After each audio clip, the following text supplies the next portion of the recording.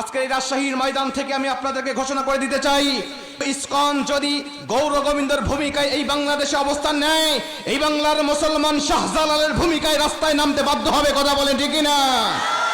শাহজালাল ইয়ামিনী রহমাতুল্লাহ আলাইহি যেভাবে বেঈমান গৌর গোবিন্দকে বিদায় করেছে, এই মুসলমান ইসকনকে বিদায় করতে সময় লাগবে না। কথা বলে ঠিক না? যদি কখনো ডাক দেওয়া হয়, যদি কখনো ইসকন এই উগ্র সংগঠনের বিরুদ্ধে নামার জন্য প্রয়োজন মনে করা হয়, আমরা নামতে রাজি আছি। কারা কারা দুহাত উঁচু করে আল্লাহকে দেখা দেন।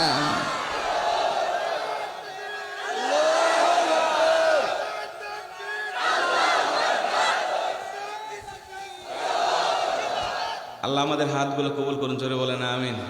দীর্ঘ 16 বছর 15 বছর যে স্বৈর শাসক আমাদের উপর নির্যাতন করেছে, তাকে তাড়াইতে এই বাংলাদেশের ছাত্র সমাজের 1 মাস সময় লাগে নাই।